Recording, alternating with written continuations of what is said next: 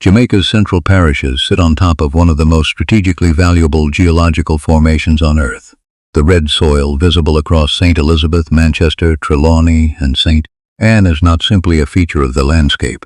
It is bauxite, the primary ore from which aluminum is extracted, and Jamaica holds an estimated 2 billion tons of it, placing the island among the top 5 bauxite-holding nations in the world. Foreign corporations identified this in the early 1950s. They moved quickly, negotiated extraction rights, and built an industry. For the next 7 decades, Jamaica supplied that industry with raw material. The refining, the smelting, and the manufacturing, the stages where the real economic value is created, happened elsewhere, overseas, in facilities owned by the same companies buying Jamaica's ore. This documentary examines 3 connected questions. How did that arrangement come to be? What has changed in the global aluminum market that now gives Jamaica a different kind of leverage? And what decisions will determine whether that leverage is used effectively? The answers touch on American national security, Chinese strategic investment in the Caribbean, and the long-standing failure of Jamaica's economy to capture the full value of its own resources. They are relevant to anyone with a stake in where Jamaica goes from here, whether that person is in Kingston or in London, in Montego Bay or in Toronto. If you follow Caribbean economic and development news and want more of this kind of analysis, subscribe to this channel. The goal is 10,000 subscribers, and every person who joins makes the next investigation possible. The post-war period reshaped global industrial priorities. When World War II ended in 1945, governments and corporations across the Western world had learned a precise and expensive lesson about the importance of industrial raw materials. Nations that lacked reliable access to essential inputs, steel, rubber, oil, aluminum, had been forced into vulnerability. The response was a systematic effort to identify and secure new sources of supply. Aluminum had proven itself during the war. Its combination of lightweight, structural strength, corrosion resistance, and conductivity made it essential for the aircraft programs that defined modern air power. The B-17 Flying Fortress, the Avro Lancaster, and the American Liberator were all aluminum-intensive platforms. Without sufficient aluminum at industrial scale, those programs could not have proceeded at the speed and volume they did. Aluminum had not always been an industrial material. Discovered in the early 19th century, it was initially so difficult to isolate and refine that it was priced above gold. Napoleon III reportedly reserved aluminum tableware for his most distinguished guests, while others at his table used silver. That changed in the late 1800s when electrolytic refining methods made mass production viable, and by the mid-20th century aluminum had become a standard industrial material across dozens of sectors. The raw material required to produce aluminum is bauxite, a reddish clay-like ore formed over millions of years by the weathering of aluminum-rich rocks in tropical and subtropical environments. Bauxite is processed in 2 stages. First refined into alumina, a white powder, then smelted electrochemically into aluminum metal. Both stages require significant industrial infrastructure and energy inputs. Geological surveys carried out in Jamaica in the late 1940s and early 1950s revealed that the island's central highlands contained bauxite deposits of commercial quality and substantial scale. American corporations, Alcoa, Kaiser Aluminum, and Reynolds Metals among them, moved into Jamaica with financing and extraction infrastructure. By the mid-1950s, large-scale mining operations were established. By the end of that decade, Jamaica had become one of the leading bauxite exporters in the world. The arrangement generated revenue for the Jamaican government through royalties and export levies, and it created employment in the mining regions. But its fundamental structure was extractive. Jamaica supplied the raw material, the alumina refining and aluminum smelting. The stages that convert ore into marketable metal occurred outside the island, in facilities owned by the same corporations purchasing Jamaican bauxite. The economic value created through processing flowed to shareholders in the United States, Canada, and Europe. Understanding why this arrangement mattered requires understanding the economics of aluminum production. Raw bauxite ore, as it comes from the ground, sells at a modest price per ton. The second stage, refining bauxite into alumina, adds significant value. Alumina trades on global markets at several $100s per ton. The third stage, smelting alumina into primary aluminum metal, adds further value still. Primary aluminum has traded above $2,000 per ton in recent years. and fabricated aluminum products, the kind used in aerospace, automotive manufacturing, and construction, can command values many times higher than that, depending on the application and specification. Jamaica, throughout most of its bauxite history, captured the value associated with the first stage and, in some operations, part of the second. The smelting stage, the point at which alumina becomes aluminum metal, was not performed in Jamaica at meaningful scale. The island provided the raw material. The processing that multiplied that material's value happened elsewhere. Economists refer to this pattern as a failure to capture value chain rents. In simpler terms, Jamaica was selling ingredients while others were selling the finished product, and the margin between the two was enormous. This is not a problem unique to Jamaica. It describes the structural economic position of most resource-exporting developing nations across the 20th century. The colonial extraction model, in which raw materials flow from periphery to core and manufactured goods flow back in the opposite direction, persisted long after formal decolonization. The legal sovereignty changed. The economic relationship often did not. Jamaica's government recognized this and acted on it. Under Prime Minister Michael Manley, the government introduced the Bauxite Levy in 1974, which significantly increased the royalties paid by mining companies and redirected a larger share of revenue to the Jamaican state. Manley also pursued partial nationalization of mining operations, seeking to give the government an ownership stake rather than simply a royalty claim. The response from American mining corporations was to reduce their Jamaican operations and shift production to other jurisdictions, Guinea, Australia, and elsewhere, where extraction terms were less demanding. The reduction in mining activity contracted government revenues at a point when Jamaica was already under significant fiscal pressure.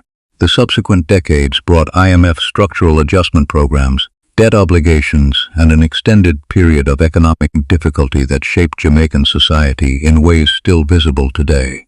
By the 1980s and 1990s, global bauxite prices had declined from their 1970s peaks. The Jamaican industry had contracted substantially, and the policy ambition to build a domestically integrated aluminum industry had receded.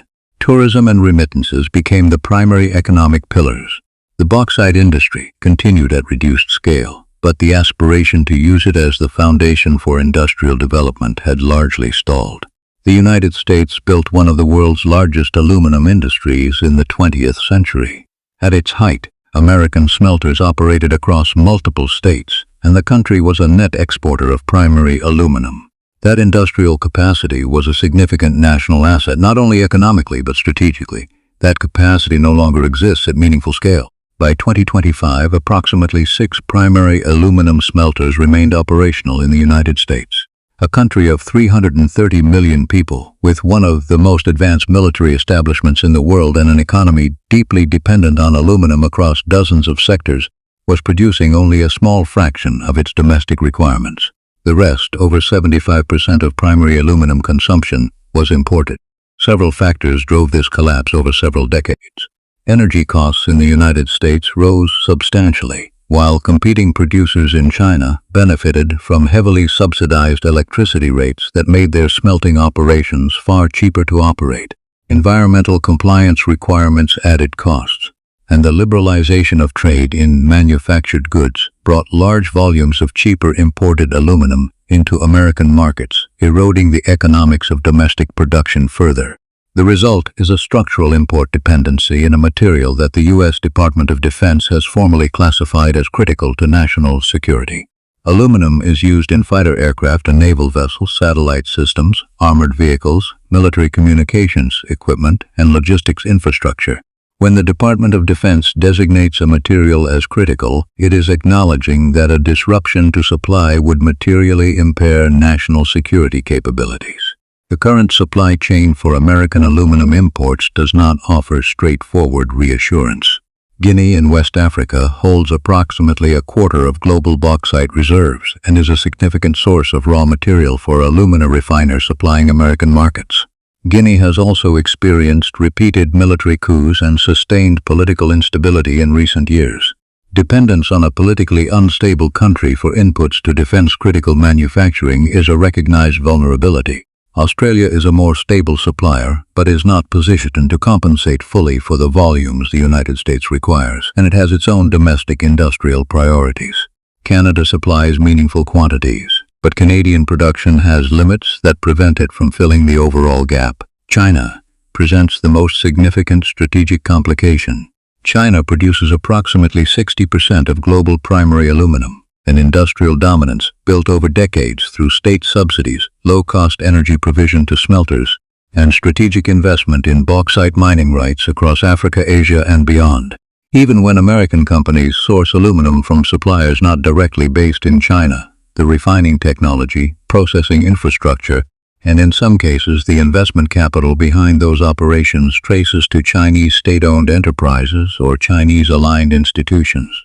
The practical consequence is that the United States is partially dependent on its primary geopolitical rival for a material it has classified as essential to national security.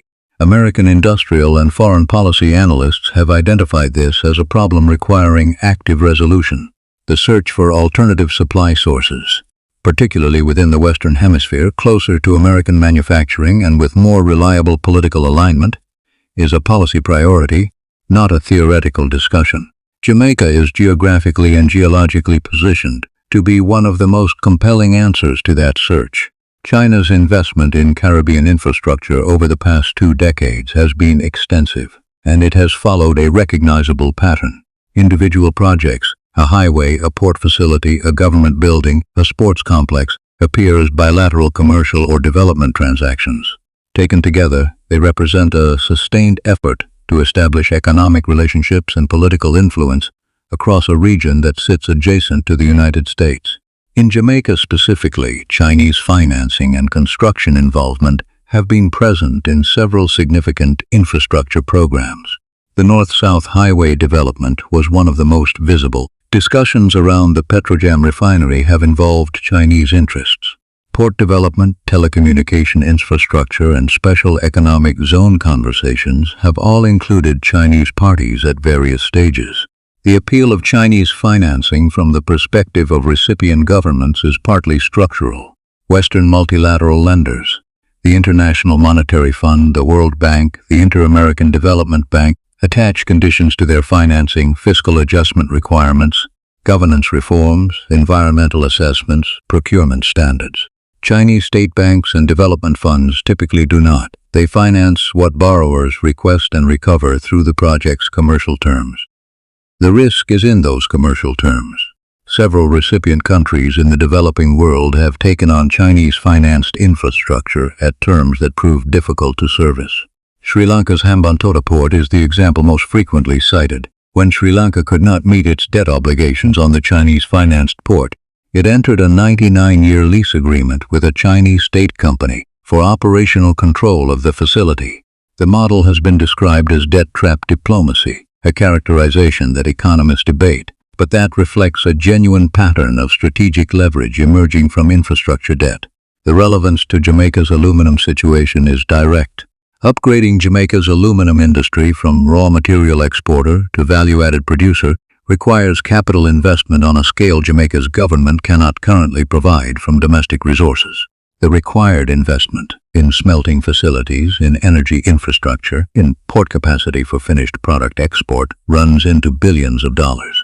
China has financed exactly this type of industrial development in Africa. In Guinea, in Sierra Leone, and in other bauxite-producing nations, Chinese state-linked companies have financed mining and refining infrastructure in exchange for long-term supply agreements and operational involvement in the resulting facilities. Beijing has the capital, the industrial experience, and the strategic motivation to make a similar offer to Jamaica. A Chinese-financed aluminum smelting complex in Jamaica, with associated supply agreements favoring Chinese industrial users, would have significant strategic implications for the United States. It would give Beijing influence over a defense-critical material supply chain.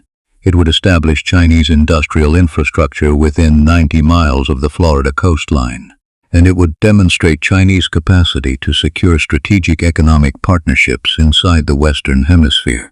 American foreign policy planners are aware of this possibility. It is the context in which the U.S. Development Finance Corporation, has been expanding its mandate for Caribbean and Latin American engagement, specifically to offer developing nations credible financing alternatives that do not carry the strategic dependencies associated with Chinese infrastructure investment. Jamaica is therefore operating in a context where its bauxite resources have acquired a geopolitical significance beyond their direct commercial value. Washington has reason to support Jamaican industrial development in this sector. The question is whether that support materializes at the scale and speed necessary to be a genuinely competitive alternative to what Beijing could offer. Jamaica's two remaining major alumina refineries, Windalco and Jamalco, continue to operate, though at reduced capacity relative to their peak years. These facilities represent existing industrial infrastructure. The capacity to refine bauxite into alumina is present on the island. The stage that has consistently been absent is smelting, converting alumina into primary aluminum metal. Adding smelting capacity is the central objective of any credible strategy to move Jamaica up the aluminum value chain. It requires three inputs in sufficient quantity: capital, energy, and a trained technical workforce. Of these, the energy requirement is the most fundamental constraint.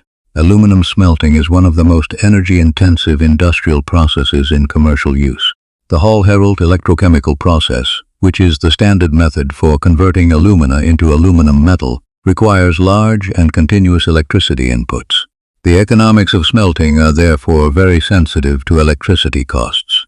Historically, major smelting operations have been located in places with access to exceptionally cheap power. Hydroelectric resources in the Pacific Northwest of the United States and in Norway and Iceland, geothermal energy in Iceland, coal-subsidized electricity in China. Jamaica's electricity is currently among the most expensive in the Caribbean. The energy mix is dominated by imported oil and natural gas, and while the government has pursued renewable energy expansion, solar and wind installations have grown, and there are stated targets for increasing the renewable share of the grid. The scale of energy infrastructure investment required to support industrial-scale smelting is substantially greater than current programs represent. Some policy discussions in Kingston have addressed more transformative energy options. Small modular nuclear reactors, a technology advancing in several countries and under serious evaluation by a number of smaller nations seeking reliable low-carbon power, have been referenced as a potential long-term option. If Jamaica were to develop SMR capacity through a partnership with the United States or another Western government, it would simultaneously address its energy cost problem and create a stronger basis for aligning its industrial development with Western partners rather than with Chinese financing. On capital, Jamaica has engaged with international development finance institutions and has attracted interest from private investors examining Caribbean industrial opportunities. The U.S. Development Finance Corporation's mandate in the region is potentially relevant here, though the translation of policy interest into committed financing commitments has not yet occurred at the scale the opportunity would require.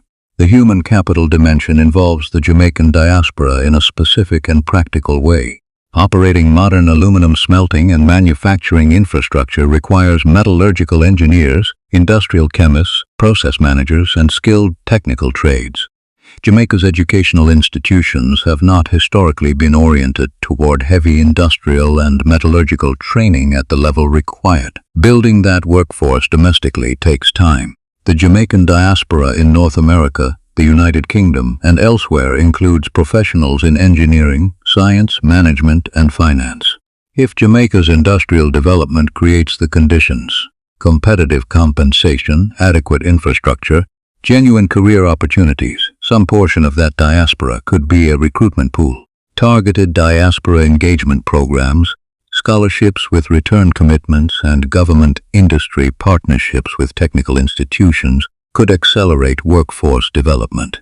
Several countries that have executed successful industrial transitions have used similar approaches to address skills gaps at critical development stages. Several countries have faced the challenge Jamaica confronts: a significant natural resource with established extraction but limited domestic value add, and have resolved it differently, with outcomes that offer instructive comparisons. Botswana's experience with diamonds is frequently cited by development economists as a model of resource management in a small, capital-poor country. When Botswana gained independence from Britain in 1966, it was among the world's poorest nations. The discovery of commercially viable diamond deposits transformed the country's economic prospects. But what determined the outcome was not the discovery itself. It was the terms on which Botswana chose to engage with the diamond industry. Rather than accepting a conventional royalty arrangement, Botswana negotiated a joint venture with De Beers, in which the government held a 50% ownership stake.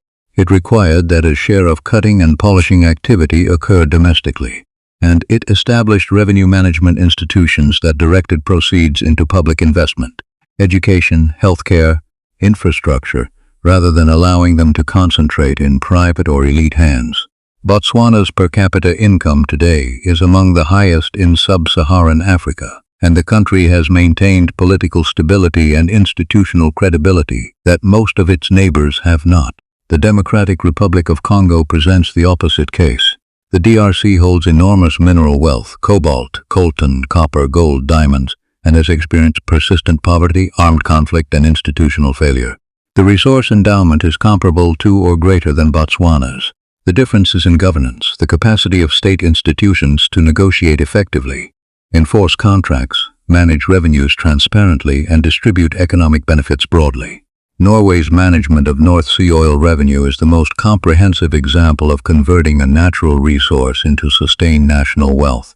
Following the discovery of oil in the late 1960s, Norway established a national oil company, Statoil, and negotiated technology transfer requirements with foreign operators that built domestic industrial capacity. It taxed the industry heavily at rates that were nonetheless calibrated to allow commercially viable extraction, and it created the Government Pension Fund Global, commonly known as the Oil Fund, to accumulate and invest revenues for long-term public benefit.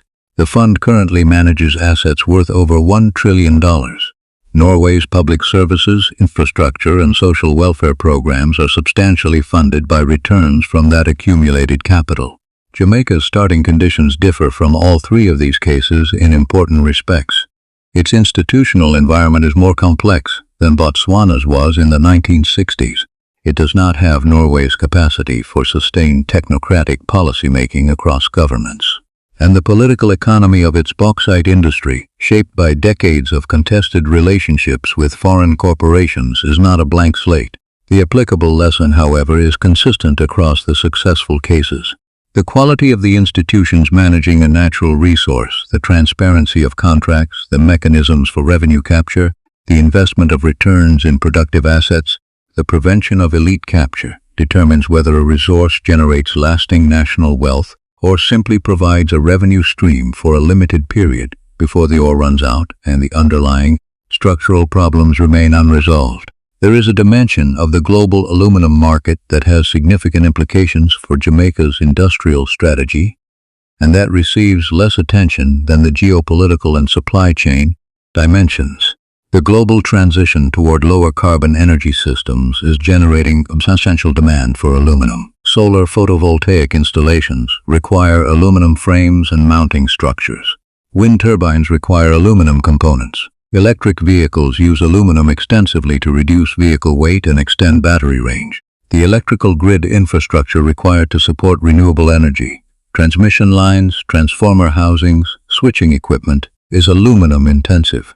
Demand for aluminum across these clean energy applications is growing and is expected to continue growing as the energy transition accelerates. The complication is that most primary aluminum production today is highly carbon intensive. Chinese smelters, which account for approximately 60% of global output, are predominantly powered by coal-generated electricity. The carbon footprint of coal-smelted aluminum is substantial, and this creates a significant tension. The material required for green energy infrastructure is itself produced through a process that generates considerable greenhouse gas emissions. European industrial policy has begun to address this through regulatory mechanisms. The European Union's Carbon Border Adjustment Mechanism imposes costs on imports of carbon-intensive materials, including aluminum, based on the emissions embedded in their production. This creates a direct financial incentive for European manufacturers to source lower carbon aluminum and a competitive penalty for aluminum produced using fossil fuel electricity. Jamaica's energy transition, if successfully executed, would position the island to produce aluminum with a substantially lower carbon footprint than the global average, and dramatically lower than Chinese coal-smelted aluminum. Aluminum refined and smelted using solar, wind, or other low-carbon electricity could be credibly marketed as environmentally responsible production to European and North American buyers facing regulatory and reputational pressure to demonstrate clean supply chains. This commercial differentiation is potentially significant. In a market where European manufacturers are actively seeking low-carbon aluminum sources, and where carbon-related trade measures are creating price premiums for certified low-emissions metal, Jamaica could command better pricing than it would in an undifferentiated commodity market. The Caribbean's geographic position, political alignment with Western nations, and commitment to climate goals would reinforce the credibility of a green aluminum brand identity. The Jamaican diaspora numbers in the millions, distributed across the United Kingdom, the United States, Canada, and other countries. Remittances from diaspora members represent one of Jamaica's most significant sources of foreign exchange, consistently exceeding tourism revenues in some years and providing income to a substantial share of Jamaican households. The standard framing of this diaspora as a source of remittances and a pool of talent that has left understates its potential role in Jamaica's economic development. Several countries have demonstrated that diaspora communities can function as a source of investment capital, technical expertise, entrepreneurial activity, and professional skills if conditions at home are structured to make engagement attractive. The relevant question for Jamaica's aluminum strategy is specific. Are there Jamaican engineers, industrial chemists, metallurgists, project managers, and financial professionals in the diaspora who might participate in building a domestic aluminum industry if the opportunity and the conditions were right? The answer depends substantially on what Jamaica can offer. Competitive compensation requires sufficient industry revenue, adequate infrastructure, reliable utilities, efficient transport, quality public services is a precondition for retaining educated professionals. Career pathways in an industry that is genuinely growing and genuinely Jamaican-owned, rather than a foreign-controlled operation offering limited advancement, matter to how diaspora professionals assess the trade-off of returning. Targeted diaspora recruitment is not hypothetical. India's technology sector development, Ireland's financial services industry, and Taiwan's semiconductor cluster all benefited from deliberate programs to attract diaspora professionals at critical stages of industrial development. Scholarships with return commitments, industry-university partnerships that produce technically trained graduates, and diaspora professional networks that maintain connections to developing domestic industries are all established policy instruments. Jamaica's diaspora is a national asset that has historically been underutilized in terms of its potential contribution to domestic economic transformation. An aluminum industry that is genuinely developing, that is building domestic ownership and technical capacity, and that is creating a class of well-paid technical employment, would represent the kind of opportunity that diaspora engagement programs could plausibly build around. A credible assessment of Jamaica's aluminum ambitions requires a direct account of the constraints. The energy problem is foundational. No economically viable aluminum smelting operation can be built on Jamaica's current electricity supply at its current cost.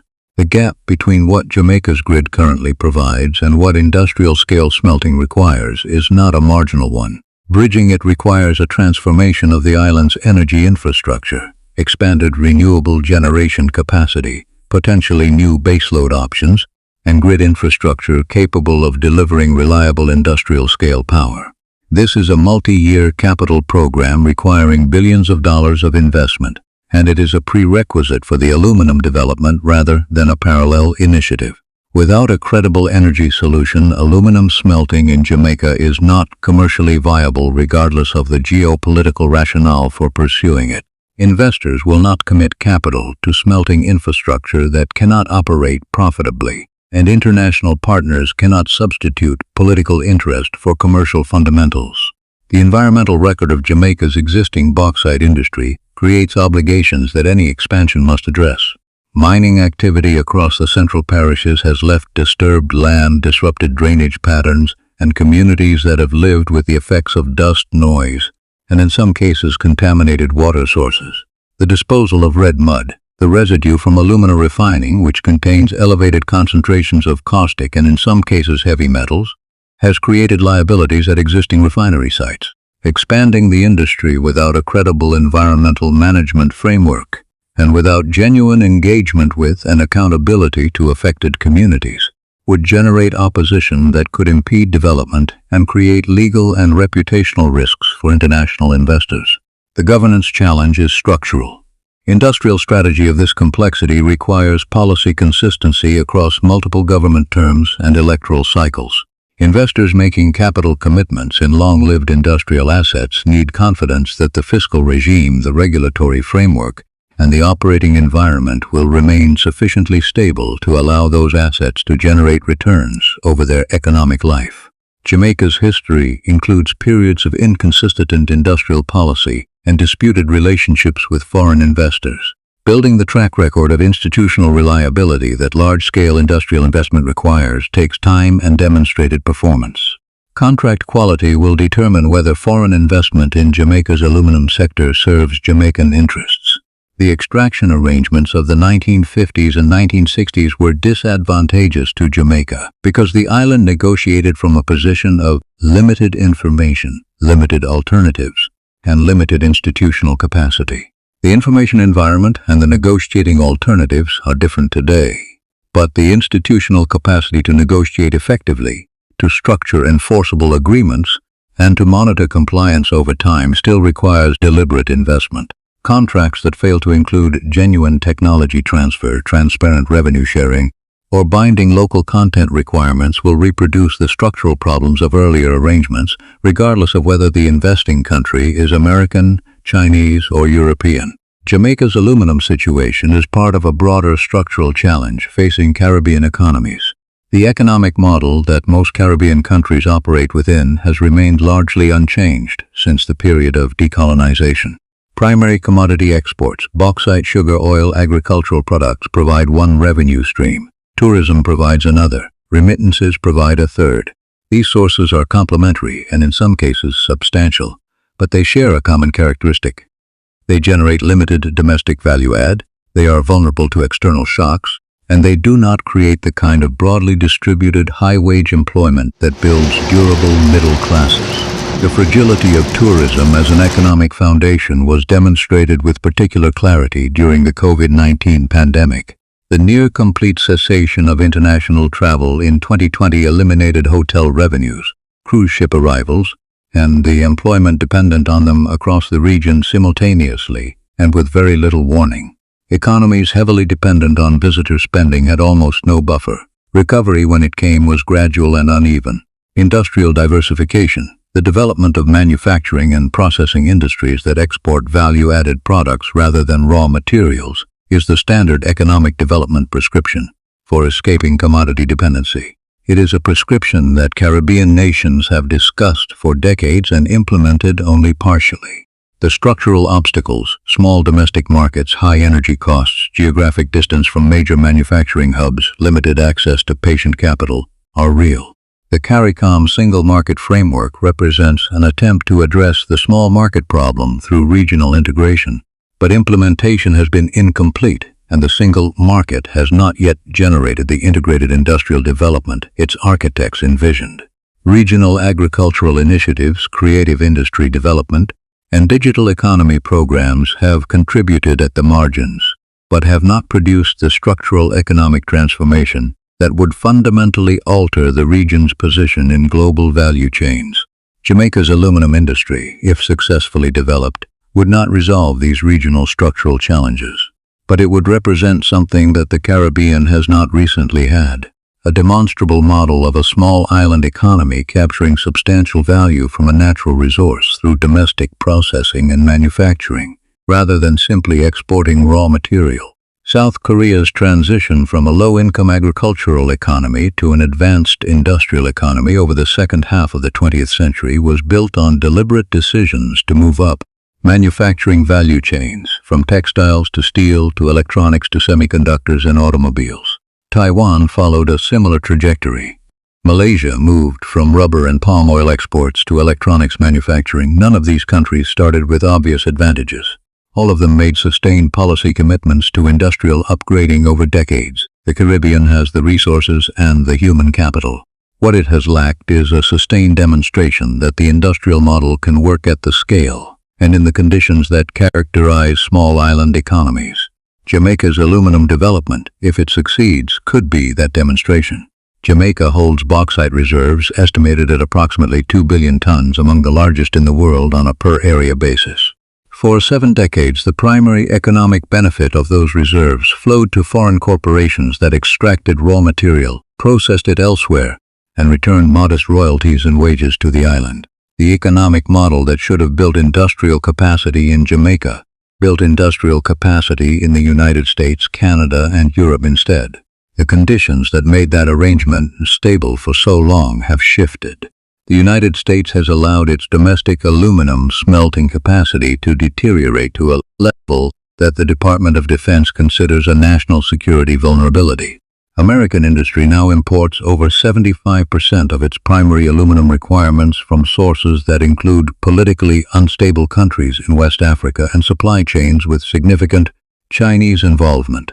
The strategic and commercial motivation for developing reliable, proximate allied nation aluminum supply is substantial and is being acted upon in American industrial and foreign policy. China has the capital, the industrial experience, and the geopolitical motivation to offer Jamaica an alternative partnership, one that would establish Chinese-aligned industrial infrastructure within the Caribbean and provide Beijing with influence over a defense-critical material supply chain.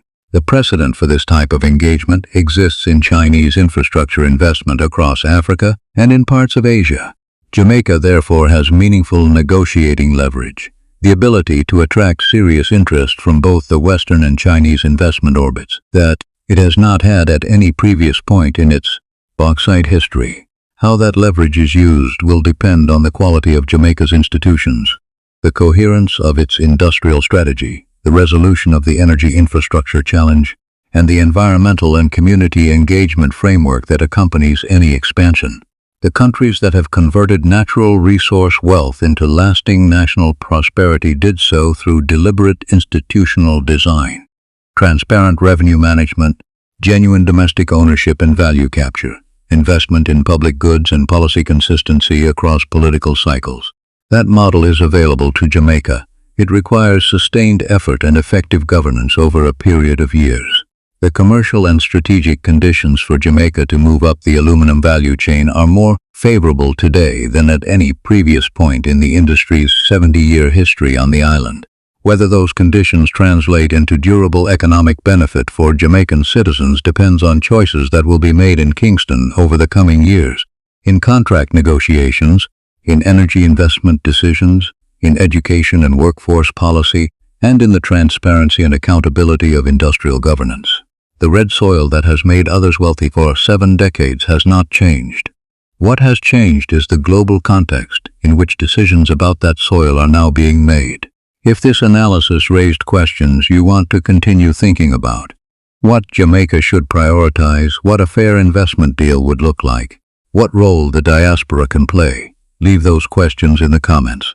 The discussion that follows from a video like this is part of the value of making it. Subscribe if you want to follow this story as it develops. 10,000 subscribers is the goal, and this community grows one engaged viewer at a time.